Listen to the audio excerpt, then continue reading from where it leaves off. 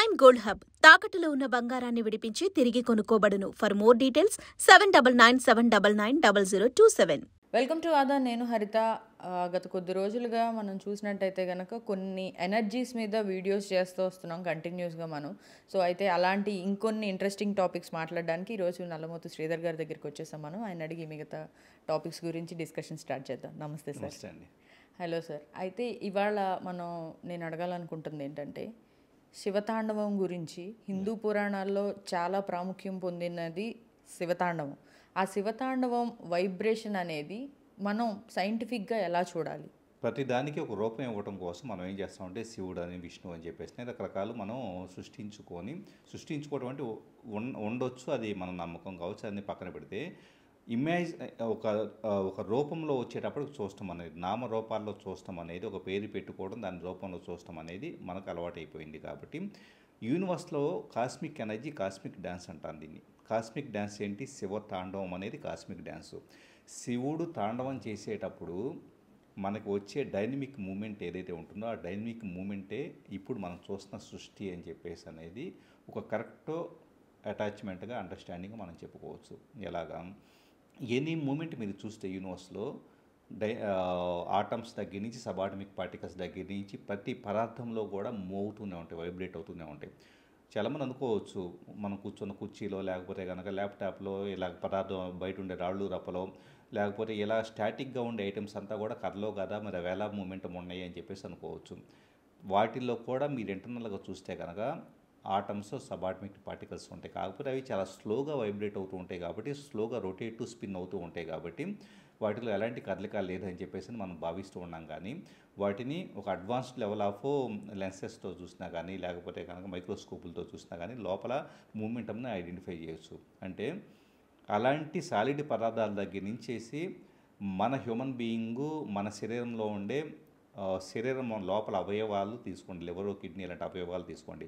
ఆ అవయవాల మీద ఉండే టిష్యూస్, ఆ టిష్యూస్లో ఉండే కణాల్లో ఉండే ఆటమ్స్లో ఉండే సబాటమిక్ పార్టికల్స్, వీటన్నిటి లెవెల్లో మనం రివర్స్ ఇంజనీరింగ్ చేసుకుంటూ వెళ్తే సబాటమిక్ పార్టికల్లో కూడా స్పిన్నింగ్ ఆఫ్ ఎనర్జీ అనేది ఉంటుంది.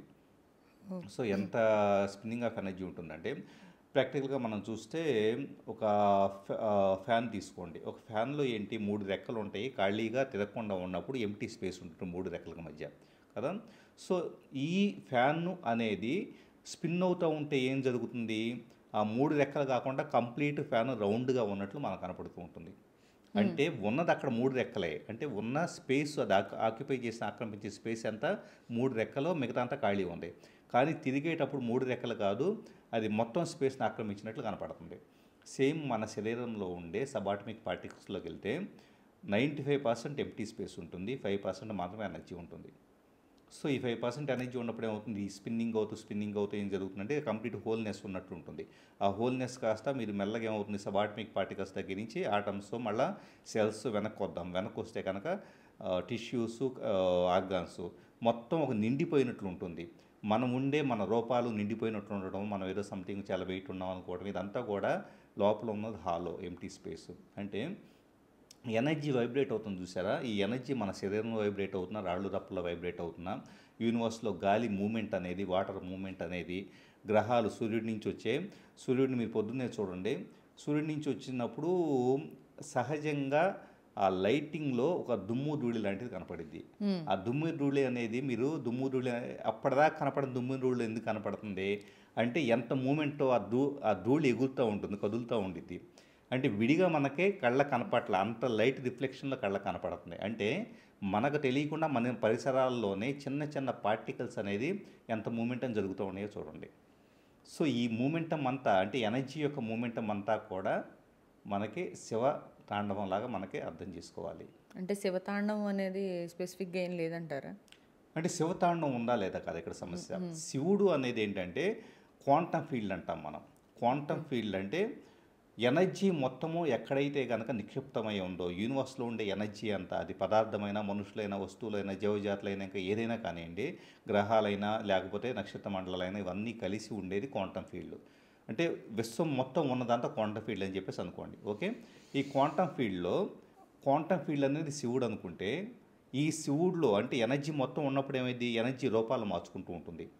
కాసేపు ఎలా మార్చుకుంటూ ఉంటుంది. ఎలాగా ఇప్పుడు ఫర్ ఎగ్జాంపుల్ ఈ షో చేద్దామని చెప్పేసి చిన్న ఎగ్జాంపుల్గా మీరు అనుకున్నప్పుడు ఏమైంది, నాకు కాల్ చేయటము ఇలా చేద్దామని చెప్పేసి అంటాము, మీరు రావటం ఇలా షూట్ ప్లాన్ చేసుకోవడం జరిగింది. ఇదంతా ఎక్కడి నుంచి వచ్చింది, మీకున్న ఒక చిన్న థాట్ ద్వారా వచ్చిన ఇది. ఈ థాట్ అనేది ఒక ఎనర్జీ ఫామ్ అయితే, ఎలక్ట్రిక్ ఎనర్జీ ఫామ్ మీ బ్రెయిన్లో న్యూరాన్స్ మధ్య జరిగిన ఫామ్ అయితే, ఆ థాట్ ద్వారా మీరు ఇక్కడ ట్రావెల్ చేసి కైనెటిక్ ఎనర్జీతో ఇక్కడ రావడం. కైనెటిక్ ఎనర్జీ అంటే కాళ్ళు చేతులు మూమెంటం కావచ్చు, లేదా వెహికల్లో ఉండే ఇది కావచ్చు. ఈ momentum it self kinetic energy అంటారు. ఎలక్ట్రిక్ ఎనర్జీ, కైనెటిక్ ఎనర్జీ, ఇలా ఎనర్జీ రూపాలు మార్చుకున్న తర్వాత ఫైనల్గా ఇలా కూర్చొని మాట్లాడుకోవడం, నా నోటి నుంచి వచ్చే శబ్ద రూపంలో వచ్చే energy, so sound energy. So ఇవన్నీ కలిసి ఎనర్జీ ఏం జరిగింది, మీకు వచ్చిన ఆలోచన దగ్గర నుంచేసి ఇన్ని రకాల శక్తి మారేసి ఫైనల్గా వచ్చి ఒక ఎపిసోడ్ వస్తుంది. సో ఫర్ ఎగ్జాంపుల్ ఇది పీపుల్ వాచ్ చేస్తూ ఉన్నప్పుడు ఏమైంది, వాళ్ళ ఐస్ దగ్గర నుంచేసి ఆప్టికల్ నెర్వ్ ద్వారా ఇన్ఫర్మేషన్ బ్రెయిన్లోకి వెళ్ళేసేసి అర్థం చేసుకోవడం కానీ, వాళ్ళ బ్రెయిన్లో వచ్చేటప్పటికి డిఫరెంట్ న్యూరాన్స్ మధ్య ఫైరింగ్ జరగడం కానీ, ఇదంతా ఏం జరుగుతుంది, అక్కడ ఎనర్జీ మన నోటి నుంచి వచ్చే శబ్దం, ఈ మాటలు వాళ్ళు అర్థం చేసుకునే విధానంలోకి మారిపోయేసి ఈ ఓవరాల్ జరిగింది ఏంటి వెనక ఎనర్జీ రూపాలు మార్చుకుంటుంది. వాళ్ళు తీసుకున్న ఆహారం ద్వారా తీసుకున్న గ్లూకోజు బ్రెయిన్కి అందేసి ఆ గ్లూకోజ్ కాస్త మన మాటలు అర్థం చేసుకునే శక్తిగా వేరేగా కన్వర్ట్ చేసుకుంటుంది, ఒక థాట్ లెవెల్ ఆఫ్ ఎనర్జీగా కన్వర్ట్ చేసుకుంటుంది. అంటే ఇదంతా ఏంటి, శివుడి యొక్క డ్యాన్స్. అంటే ఈ ఎనర్జీస్ ఇలా రూపాలు మార్చుకోవడమే ఎవ్రీథింగ్ శివుడి ఎనర్జీ. అంటే ఎనర్జీ మొత్తం అనేది సముద్రము ఒక నదిలో తీసుకోండి, ఇంకా ఎనర్జీ పూల్ అనుకోవడానికి క్వాంటమ్ ఫీల్డ్ అన్నా కదా. క్వాంటమ్ ఫీల్డ్ అంటే ఒక సముద్రాన్ని ఒక నదిలో తీసుకోండి. సముద్రంలో నదిలో అలలుగా ఇలా రావటం అనేది ఏదైతే ఉంటుందో, అలాగా ఎవ్రీ మూమెంట్ ఎంతో కొంత ఎక్కడో చోట కదలిక వస్తూ ఉంటుంది. ఆ కదలిక రావటం అనేది, ఆ కదలిక రావడం ద్వారా కొన్ని ఫామ్స్ ఏర్పడటము, రూపాలు ఏర్పడటము, ఇదంతా ఏర్పడటం అంతా కూడా సృష్టి. సో శివుడు డ్యాన్స్ చేయడం ద్వారా సృష్టి పుడుతుంది. ఓకే, ఆయన నిరంతరం డాన్స్ చేస్తూనే ఉంటారా సార్?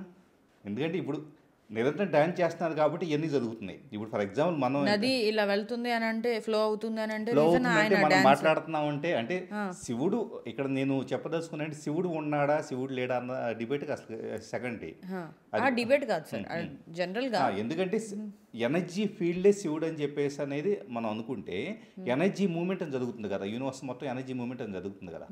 ఎనర్జీ మూమెంట్ అని జరుగుతుందంటే గనక మరి సృష్టి కదులుతూనే ఉంది కదా, ఎనీ మూమెంట్. ఇప్పుడు ఫర్ ఎగ్జాంపుల్ మొన్న ఏదో ఇండియా పాకిస్తాన్ వార్ అని చెప్పేసి అనుకున్నప్పుడు సైనికులు బోర్డర్ దాకా వెళ్ళటం కానీ, ఫైట్ చేయడం కానీ, మిసైల్స్ ప్రయోగించడం కానీ, మిసైల్స్ ద్వారా కొంత ఫోర్స్ అనేది వెళ్ళటం కానీ, అక్కడ ఉండే స్థావరాలను కూలగొట్టడం కానీ, ఇదంతా కూడా మరి ఎనర్జీలో పార్టే కదా. ఎనర్జీ అంటే మనం ఏమనుకుంటున్నామంటే ఆహారం ద్వారా తీసుకునేది ఇది అనుకుంటున్నాము. ఏదైనా ఎనర్జీ మనం మాట్లాడుకునే మాట దగ్గర నుంచి, ఒక మిసైల్ను పేల్చడం దగ్గర నుంచి ఇలా ప్రతిదీ కూడా ఎనర్జీ ఫామే, శక్తి ఫామే. చివరికి ఒక చీమలు కదులుతూ ఉన్నా కూడా శక్తి ఫామ్. సార్ మరి ఇప్పుడు మొన్న సింధు జలాలని మనం ఆపేసినప్పుడు అంటే జనరల్గా ఫ్లో అవ్వాల్సిందని మనం ఆపేసాం అంటే, అప్పుడు శివుడు డాన్స్లో ఏమైనా తేడాలు జరుగుతాయా? ఆపేయటం అంటే మధ్యలో మన ఇంటర్వెన్షన్ అనేది ఉంటుంది కదా. ఇప్పుడు ఎలా ఉంటుంది, we are the co creators of the universe. ఎలాగా యూనివర్స్ తరఫున మనిషిగా మనం ఏం చేస్తున్నామంటే కనుక ఈ ఎనర్జీ ఫ్లోని ఇంకొక రకంగా మారుస్తూ ఉన్నాం. ఎలాగా ఫర్ ఎగ్జాంపుల్ శివుడు యూనివర్స్ అని చెప్పేసి అనుకుందాం. యూనివర్స్ తరఫున శివుడు తరఫున మనం సంథింగ్ సృష్టి చేస్తూ ఉన్నాం అనుకుందాం. ఆ సృష్టి చేసేటప్పుడు సడన్గా మనం ఈ షో చేద్దామని అనుకోవటం అనే ఇంటెన్షన్ ఏదైతే ఉందో, అది ఒక యాక్టివిటీగా, ఒక ఎనర్జీని ఇంకో ఎనర్జీగా మార్చడం ఎలాగో, అక్కడ వాటర్ నిలుపుదల చేయడం కూడా అది హ్యూమన్ బీయింగ్గా మనం ఏం చేస్తున్నాము, ఆ మూమెంట్కి సృష్టిలో భాగంగా ఎనర్జీని ఒక దగ్గర హోల్డ్ చేస్తున్నాం. అది ఏ పరిణామాలకైనా దారి తీయొచ్చు, అది ఇర్రెస్పెక్టివ్ చేసి ఉన్నాం. ఆ తర్వాత ఇంకొకటి ఏదో జరిగింది అనుకున్నాం దాని పర్యవసానంగా. ఫర్ ఎగ్జాంపుల్ మన భూకంపాలు వస్తూ ఉన్నాయి, అది కూడా ఈ ఎనర్జీని ఎక్కడైనా స్టాప్ చేయడం వల్ల అయి ఉండొచ్చా? స్టాప్ చేయటం వల్ల కావచ్చు, మన ప్రకృతిలో చెట్లు అవన్నీ కూడా కొట్టేయటం వలన, లేకపోతే భూగర్భ జలాలు కోసం విపరీతంగా మనం తవ్వుతూ ఉంటాం. ఇలా తవ్వుతూ ఉన్నప్పుడు ఏమవుతుందంటే ఇంటర్నల్గా భూమి ప్లేట్స్ కదిలే స్కోప్ అనేది ఎక్కువగా ఉంటుంది.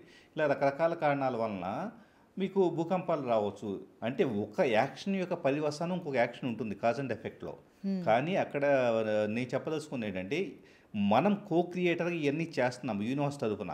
మనం చేసేది ఒకవేళ యూనివర్స్ హార్మోనీని దెబ్బతీసేది అనుకోండి, అప్పుడేం చేసిద్ది, మనం సరిగా చేయకపోతే మనం ప్రాపర్గా మొత్తాన్ని మన కంట్రోల్లో తీసుకుని ట్రై చేస్తే యూనివర్స్ లేదా శివుడు అనుకునే వ్యక్తి ఏం చేస్తాడంటే దీన్ని మొత్తాన్ని ఒకసారిగా చెల్లా చెద్దు చేసేసి ఏ కరోనా లాంటిది వచ్చేసి ఇంకోటి వచ్చేసి మనుషులు మళ్ళీ డిస్ట్రాయ్ చేసేస్తారు. స్టేబుల్ అయిపోయే అవకాశం ఉంటుంది. ఇప్పటిదాకా మనం కరెక్ట్గా చేయట్లేదు, ఎక్కడి నుంచి అన్న జాగ్రత్తగా చేద్దాం, అలా చేద్దాం ఎలా చేద్దాం అని చెప్పేసి మనిషి ఒక నార్మల్ స్టేట్ ఆఫ్ దీనికి రావచ్చు. సో ఇదంతా కూడా యూనివర్స్ మన మైండ్లో మనం ప్రతిదీ నేనే చేస్తున్నాను అనుకుంటున్నాం, కానీ మన మాటలో మన ఆలోచనలో మన యాక్షన్స్ ప్రతిదీ కూడా 100% యూనివర్స్ చేత శివుడి చేత కాస్మిక్ డ్యాన్స్ చేత కాస్మిక్ ఎనర్జీస్ మొత్తాన్ని ఇలా మేనిఫెస్ట్ అవుతూ జరగబడుతుంది మాత్రమే. మనం ఊరికి పాత్రదారులుగా వచ్చేసి వెనక ఒక డైరెక్టర్ చెబితే కనుక స్క్రీన్ మీదకి వచ్చేసి ఓకే అంటే మనం ఏమి చేయట్లేదు, ఆయన చేయిస్తుంటే మనం అంతే చేస్తాం. డైలాగ్స్ చెప్పి ఇప్పుడు మనం ఉంటున్నాం. చిన్న ఎగ్జాంపుల్ చెప్పండి, మనం మాట్లాడుకుంటున్నాం. ఈ మాట్లాడుకునే నేనే మాట్లాడుతున్నాను బాగా మాట్లాడుతుంది అనుకున్నాను అనుకోండి, ఆటోమేటిక్గా విత్ ఇన్ 5 minutes నాకు సరిగా మాట్లాడుకో అంటే నా ఉద్దేశం ఏంటంటే ఇది నాదే అని అహం వచ్చినప్పుడు ఆటోమేటిక్గా మీరు చూడండి, అహం ఉన్న ప్రతి వ్యక్తి కూడా పాతాళానికి దిగజారిపోతాడంటే అర్థం ఏంటంటే ఇది నాదే అని చెప్పేసి అనుకుంటే యూనివర్స్ రీఛార్జ్ చేసిన అనుకున్న వ్యక్తి ఏమో ఎదుగుతూ ఉంటాడు.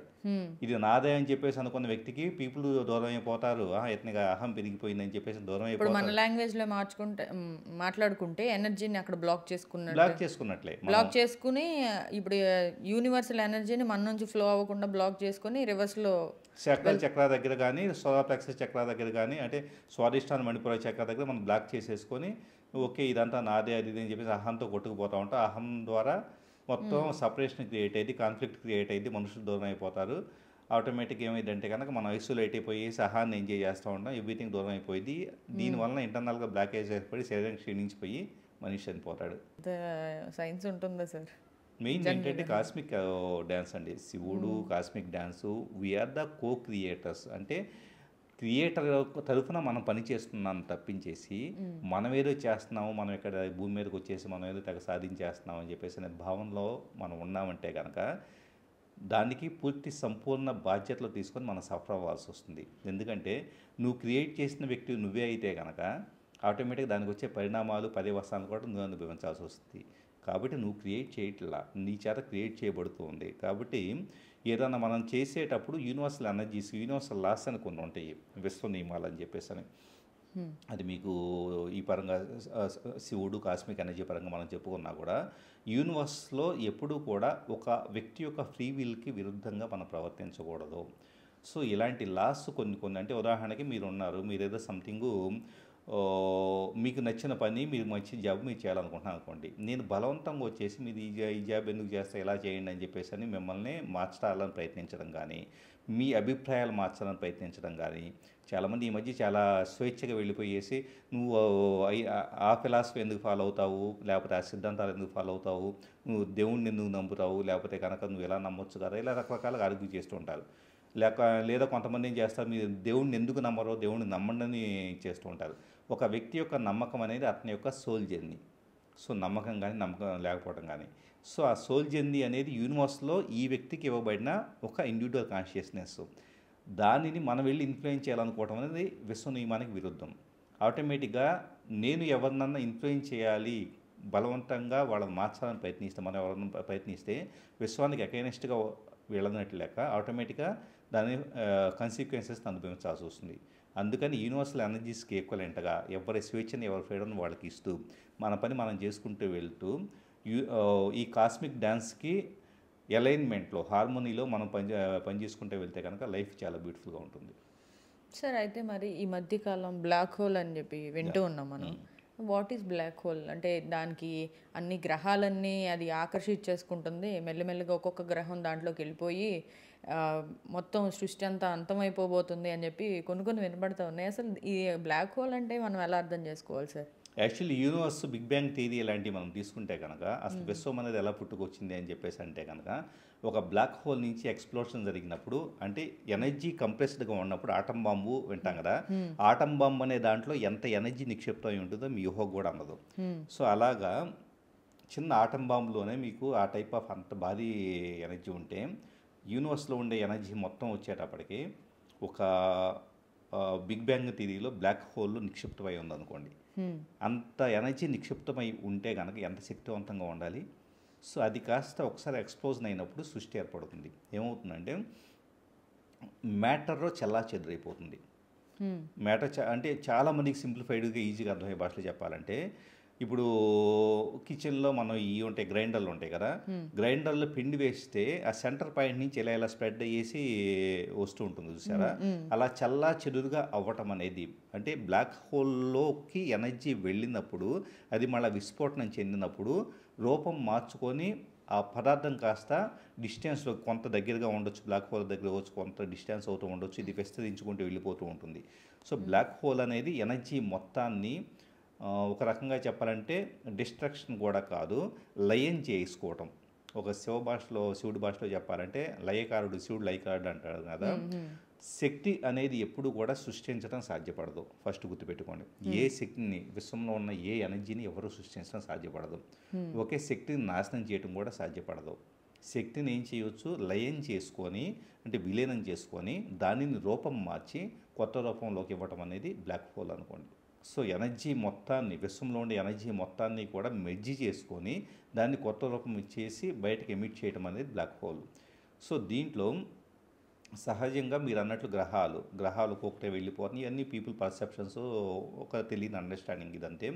యూనివర్స్ ఎప్పుడూ కూడా ఖచ్చితంగా యుగాంతం అని చెప్పేసి మనం అనుకునేది చాలాసార్లు అనుకుంటూ ఉంటారు. 2005, 2025 రకరకాలుగా చెప్పబడుతూ ఉంటుంది. అవన్నీ ఊరికి ప్రిడిక్షన్స్. కానీ యుగాంతం అనేది 100% జరుగుతుంది. ఎలా జరుగుతుంది? హ్యూమన్ కాన్షియస్నెస్, అలాగే గెలాక్సీసు, అంటే యుగం అనేది కేవలం భూమిని దృష్టిలో పెట్టుకొని మాత్రమే మనం అనుకుంటున్నాం. హ్యూమన్ మైండ్ ఇప్పటిదాకా మన యుగం అనే దాన్ని ఒక మనుషులుగా అర్థం చేసుకొని, ఓకే మనుషులుగా యుగం అంతం అవుతుంది అనుకుంటున్నాం, మనం చచ్చిపోతాం అనుకుంటామని మన ఇగో ద్వారా మనం చచ్చిపోతాం కాబట్టి యుగాంతం అయిపోయిద్ది ఇలా అనుకుంటున్నాం. కానీ అసలు యుగాంతంలో ఈ విశ్వంలో ఎవరెవరు ఉన్నారు? మనం ఉన్నాము, గురుగ్రహము, శుక్రగ్రహము, లేకపోతే కనుక సూర్యుడు, నక్షత్ర మండలాలు, జీవజాతులు, ఇలా ఎన్నో రకాల వాయువులు, ఎన్నో రకాలుగా ఇవి మ్యాటర్ ఇవన్నీ ఉన్నాయి. ఇవన్నీ కలిస్తేనే కదా, వాస్తవంగా చెప్పాలంటే కనుక ఇవన్నీ కలిస్తేనే కదా మెర్జింగ్ అయ్యేది బ్లాక్ హోల్లో. విడివిడిగా మెర్జింగ్ అవ్వవా సార్? విడివిడిగా మెర్జింగ్ అవ్వటం అనేది మనిషి చనిపోయినప్పుడు అయ్యే స్కోప్ ఉంటుంది. అది నేను ఎక్స్ప్లెయిన్ చేస్తాను తర్వాత. సో ఇవన్నీ కలిస్తే అంటే మనం చనిపోవటమే కాదు, మొత్తం అన్ని గ్రహాలు, అన్ని జీవజాతులు అన్నీ కూడా ఎట్ ఎ టైం మెర్జ్ అయ్యే స్కోప్ ఉంటుంది. ఎప్పుడు స్కోప్ ఉంటుంది అంటే కనుక కాస్మిక్ లా అని చెప్పేసి ఒకటి ఉంటుంది. కాస్మిక్ లాలో ఏంటంటే అన్ని గ్రహాలు, ప్రతి గ్రహము కూడా ఒకదానికొకటే ఎవరి లైఫ్ని వాళ్ళు లీడ్ చేస్తూ ఉంటారు. అంటే ఇప్పుడు ఇండియాలో ఉన్నవాళ్ళు వాళ్ళ లైఫ్ని వాళ్ళ పద్ధతిలో ఎలా లీడ్ చేస్తారు, యూఎస్లో ఉన్నవాళ్ళు ఎలా లీడ్ చేస్తారో, మీకు కొంతమంది ఏలియన్స్ ఉన్నారు, ఎలాగ ప్లేయేడియన్స్ అని చెప్పేసి అని, లేకపోతే ఆర్కిట్యూరియన్స్, సిరియన్స్ అని ఇలా కొన్ని ఏలియన్స్ జాతులు ఉంటాయి. వాళ్ళు ఒక 144, ఉదాహరణ ప్లేయేడియన్స్ని తీసుకోండి, 144 కాంతి సంవత్సరాలకు దూరంలో ఉంటారు. వాళ్ళ లైఫ్ని లీడ్ చేసుకుంటూ ఉండి సడన్గా వచ్చి మనం భూమి దగ్గరకు వచ్చి భూమి మీద జనాల యొక్క లైఫ్లోకి ఇంటర్ఫీర్ కావడానికి ట్రై చేశారు అనుకోండి. ఇప్పుడు ఏమైంది? They are violating the cosmic law. అంటే ఒక ప్రాంతం వాళ్ళు ఇంకో ప్రాంతం యొక్క జీవనంలోకి వచ్చేసి ఇంటర్ఫీర్ కావడం అనేది కాస్మిక్ లాకి విరుద్ధం. ఇలాగా ఎప్పుడైనా కూడా వేరే గ్రహాలకు మధ్య కాన్ఫ్లిక్ట్ ఏర్పడేసి, జీవజాతుల మధ్య కాన్ఫ్లిక్ట్ ఏర్పడేసి ఒకదానికి ఒకటే ఎనర్జీస్ని ఇబ్బంది పెట్టుకుంటే వెళ్తున్నాయి అనుకోండి, డైమెన్షన్స్ ఆఫ్ లైఫ్లో ఇబ్బంది పెట్టుకుంటే వెళ్తున్నాయి అనుకోండి, అప్పుడు ఈ హార్మోనీ డిస్ట్రాయ్ అయినప్పుడు ఈ ఎనర్జీ మొత్తం వెళ్ళేసి, ఈ మొత్తం విశ్వంలో ఉండే అన్ని ప్లానెటరీ ఎనర్జీ వెళ్ళేసి బ్లాక్ హోల్లోకి మెర్జ్ అయిపోయేసి దాన్ని మళ్ళీ ఫ్రెష్గా ఇంకో రూపంలో ఇంకో పద్ధతిలో తీసుకొస్తుంది. అంటే చిన్న ఎగ్జాంపుల్గా చెప్పాలంటే, ఇప్పుడు మీరు ఫర్ ఎగ్జాంపుల్ అల్మారాలు బట్టలు సర్దుకున్నప్పుడు నీట్గా లేకపోతే కింద పడేసేసి అన్ని ఇంకొక ఆటలు ఎలా పెడతారో, సో మీరు సర్దుకున్న బట్టలకు మధ్య ఫైటింగ్ జరిగింది అనుకోండి, అవి కూడా ఒక టైప్ ఆఫ్ ఎనర్జీ ప్యాటర్న్స్ అనుకోండి. అవి ప్రాపర్గా ఫైటింగ్ చేసి బతకకుండా వాటి ఫైటింగ్ చేసుకుంటూ ఉంటాయి, కానీ వాటిని తీసేసి మళ్ళీ ఇంకొక ఆటలు ఎలా పెడతారో, సేమ్ బ్లాక్ యూనివర్స్లో ఉండే కాస్మిక్ లాగా కూడా అంతే. ఎవరి జోలికి ఏ గ్రహం జోలికి వెళ్ళటానికి స్కోప్ లేదు. వెళ్ళటం అంటే కనుక ఇప్పుడు భూమి నుంచి చంద్రుడి మీదకి ఇలా వెళ్ళొచ్చు, వెళ్ళి అక్కడ ఏముందో అర్థం చేసుకోవడానికి ప్రయత్నించవచ్చు, కానీ అక్కడ ఉండే ఎనర్జీ ఫీల్డ్లోకి అక్కడ ఉండే సంథింగ్ రిప్లికేట్ చేయాలనుకోవటం, ఇంకోటి చేయాలని ప్రయత్నించడం. సార్ మరి మన ఎలన్ మస్క్ 2026 కల్లా కూడా మార్స్ మీద ఒక సిటీని ఏర్పాటు చేయాలి అని చెప్పి అంటున్నారు. మరి అది యూనివర్సల్కి విరుద్ధమే కదా? మీకు సిటీ ఏర్పాటు చేయటం అనేది human thought first of all. Mars మీద సిటీని ఏర్పాటు చేయడం అనేది ఒక మనిషిగా ఆయన చెప్పాడు, మనిషిగా మనం అర్థం చేసుకున్నాం. ఓకే, మనం ఏదో సంథింగ్ ఈ వరంగల్లో ఉన్నవాళ్ళు హైదరాబాద్లో ఒక విల్లా కట్టాలనుకున్నంత ఈజీగా ఆ పద్ధతిలో మనం అర్థం చేసుకుంటున్నాం. అక్కడికి వెళ్తే మీరు ఏదో ఒక సిటీ ఏర్పాటు చేయగలిగే పరిస్థితులు ఉంటాయో, మనుషులు ఉండగలిగే పరిస్థితులు ఉంటాయో లేదో వెళ్ళిన తర్వాత అర్థమైద్ది. ఎందుకంటే ఇది మనం అనుకున్నట్లు సైంటిఫికల్గా అక్కడ ఉండగలగటం అనేది సాధ్యమయ్యే అవకాశమే లేదు. జస్ట్ మన ఊళ్ళు మారినంత ఈజీగా ఇక్కడ నుంచి అక్కడికి వెళ్ళి ఉండటం అనేది సాధ్యపడదు. ఎందుకు సాధ్యపడదు అంటే భూమి మీద ఒకే రకమైన మినరల్స్ ఉంటాయి కాబట్టి భూమి మీద ఎక్కడైనా ఒక మనిషి ఎక్కడ కాకపోతే ఇంకో దగ్గర అయినా వాతావరణ పరిస్థితులు, గాలి, పంచిభూతాలు అన్నీ కూడా ఒకే రకంగా ఉంటాయి కాబట్టి మనం ఎక్కడి నుంచి ఇంకో దగ్గరికి వెళ్ళేసి బతకగలుగుతాం. కానీ అక్కడ ఉండే వాయువులు కానీ అక్కడ కొన్ని ప్రమాదకమైన వీటి అన్నింటినీ కానీ తట్టుకోగలిగే శక్తి హ్యూమన్కి ఉండదు. ఎందుకంటే ఏ గ్రహంలో ఉండే జీవజాతుల్ని, ఏ గ్రహంలో ఉండే ఫార్ములేషన్ని ఎలా ఉండాలో అక్కడ పరిస్థితులకు తగ్గట్లు ఉంటాయి. కానీ మనం వెళ్ళేసి అక్కడ స్టే చేయాలని చెప్పేసి అనుకుంటే కనుక మన శరీరాలు అందుకు డిజైన్ చేయబడలేదు. ఎందుకంటే మన శరీరాల్లో భూమి నుంచి వచ్చే 94 మినరల్స్లో 40 మినరల్స్ మన శరీరంలో ఉంటాయి. ఈ మినరల్స్ అక్కడ లేకపోతే మనిషి బతకగలుగుతాడా? ఇక మినరల్స్ పిల్స్ కూడా తీసుకుని వేసుకుంటే వెళ్ళాలి. కానీ అవి ఎంతవరకు సపోర్ట్ చేస్తూ ఉంటాయి? ఇలా చాలా ఛాలెంజెస్ ఉంటాయి. అనుకున్నంత ఈజీ కాదు. కాబట్టి కాస్మిక్ లాస్లో ఎప్పుడు కూడా ఒక డిస్హార్మనీ వస్తే కనుక ఈ మ్యాటర్ అంతా మళ్ళీ మెర్జ్ అయిపోయి బ్లాక్ హోల్లో మనం జస్ట్ ఆ రుబ్బు రోల్లో పిండి వేస్తే షేప్ మారిపోయి ఎలా బయటకు వస్తుందో మళ్ళీ కొత్త యుగం పుట్టుకొచ్చేసి ఎవ్రీథింగ్ పూర్తిగా కొత్త మేనిఫెస్టేషన్స్, మనుషులుగా ఉంటామో లేకపోతే అప్పుడు మనం ఏలియన్స్ అయిపోతామో కూడా చెప్పలేము. సో అలా డిఫరెంట్గా తయారయ్యే అవకాశం ఉంటుంది.